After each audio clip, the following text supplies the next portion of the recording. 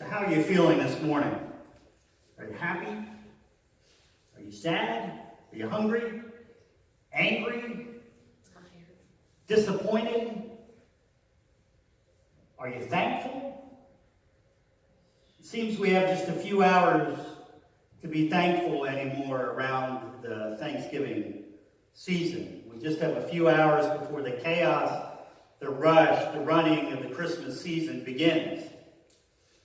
You know, it used to be that families could gather together on Thursday of Thanksgiving and spend time together, appreciate your blessings, especially the blessings of family.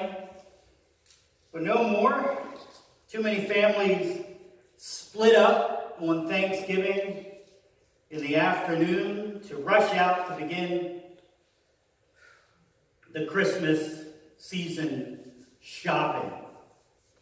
Now, of course, many may see it as a reason to get away from family on Thanksgiving, but I doubt that's the most common reason. Most likely, it's the pull of getting the best bargain, the best deal, the best price on that 80-inch television.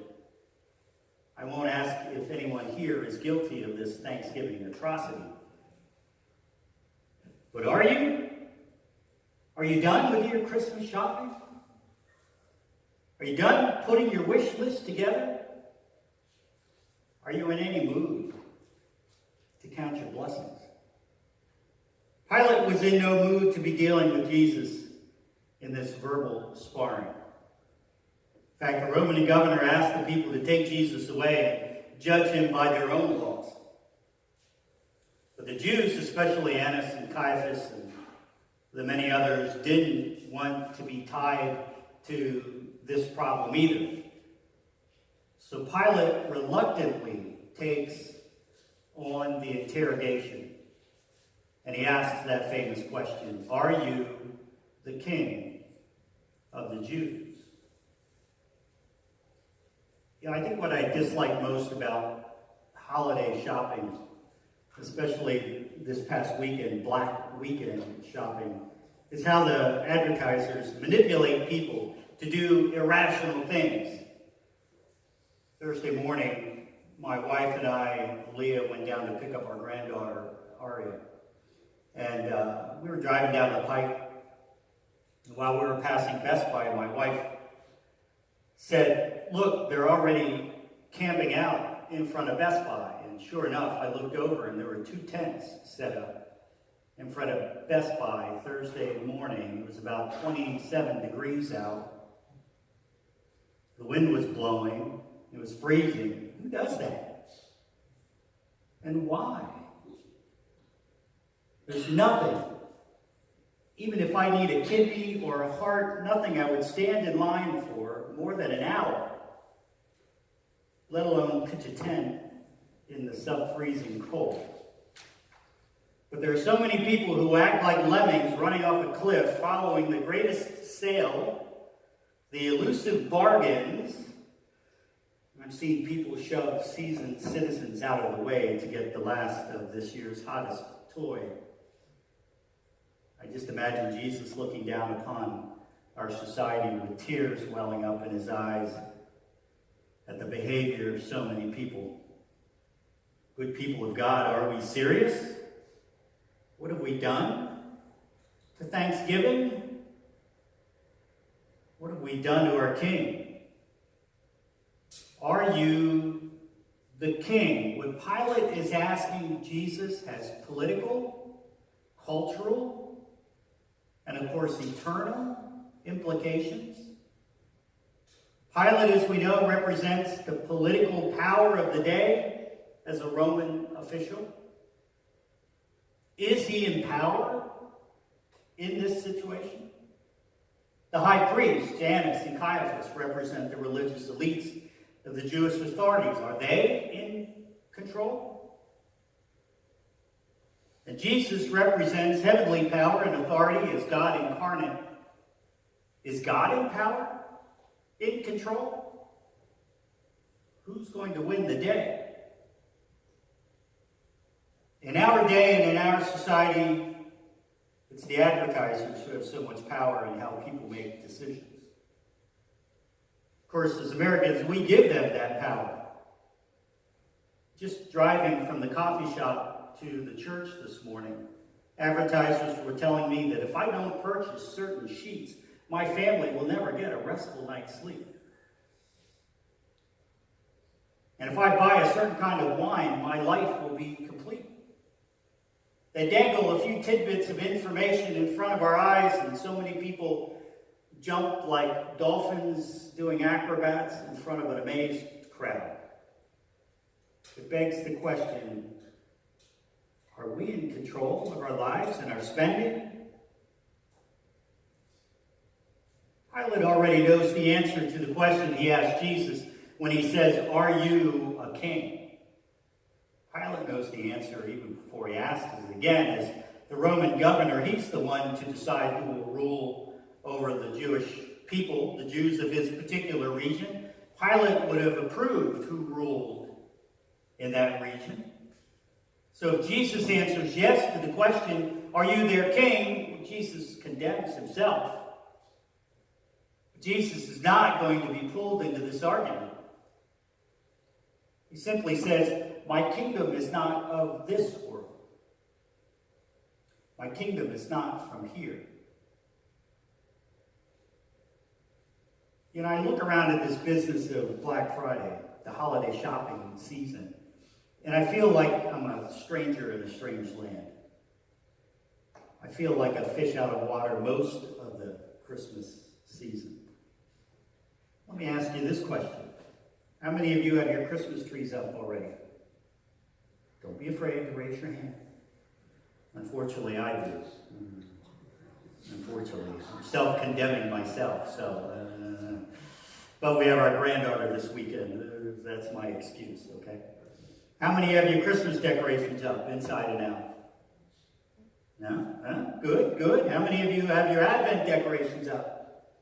Advent candles, Advent calendars. You know, we can't rush into the Christmas season too quickly without taking the opportunity to pause, take some time to give thanks. We were co-participants in the Thanksgiving service at First Christian Church on Wednesday night, Thanksgiving Eve. We were co-participants. Actually, there were 3 churches that came together, Grace United Methodist, Trinity, and First Christian. Do you know how many of our members attended the service Wednesday night? 3. Myself, my wife, and my daughter. Now, I'm not here to scold anyone. But people of God, what has happened to stopping and taking some time to give thanks to God? This is why Thanksgiving and Advent are so important. That we stop and give thanks and we count our blessings as we prepare for Christmas. You know, Advent, one of the themes of Advent is preparation.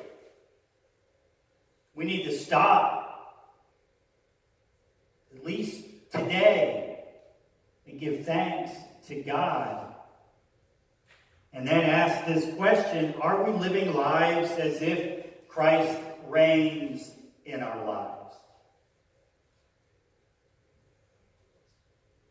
I don't want to come across too heavy-handed this morning about this whole Black Friday shopping phenomenon. It just isn't my thing. It might be yours.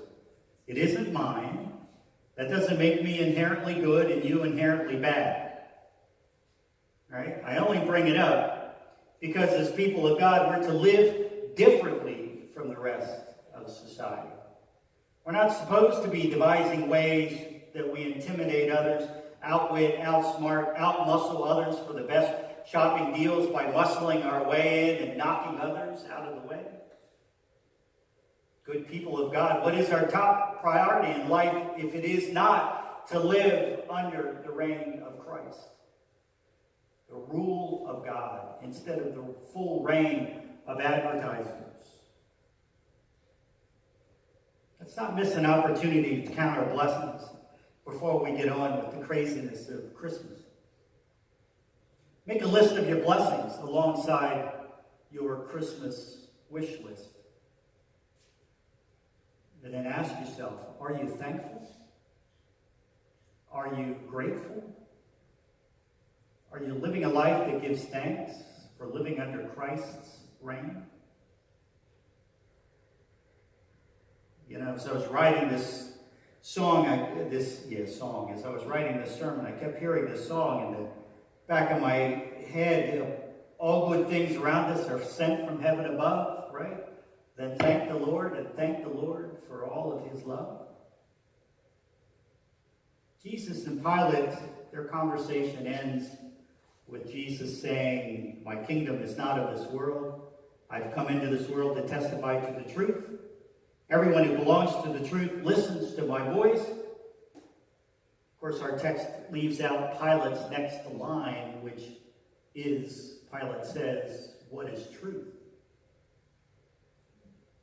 You see, Pilate has no idea what's up with Jesus. He wants to wield his power, his ultimate power over a person's life or death. In fact, you go on later into John chapter 19, Pilate will tell Jesus, you know, I have the power, I have the authority to pardon you or to crucify you. Pilate wants desperately to pardon Jesus. But Jesus won't allow it. Jesus, not Pilate, is in control. Pilate's rule and authority, his power and his wealth is only temporary. Jesus' power, rule, and reign and authority continues.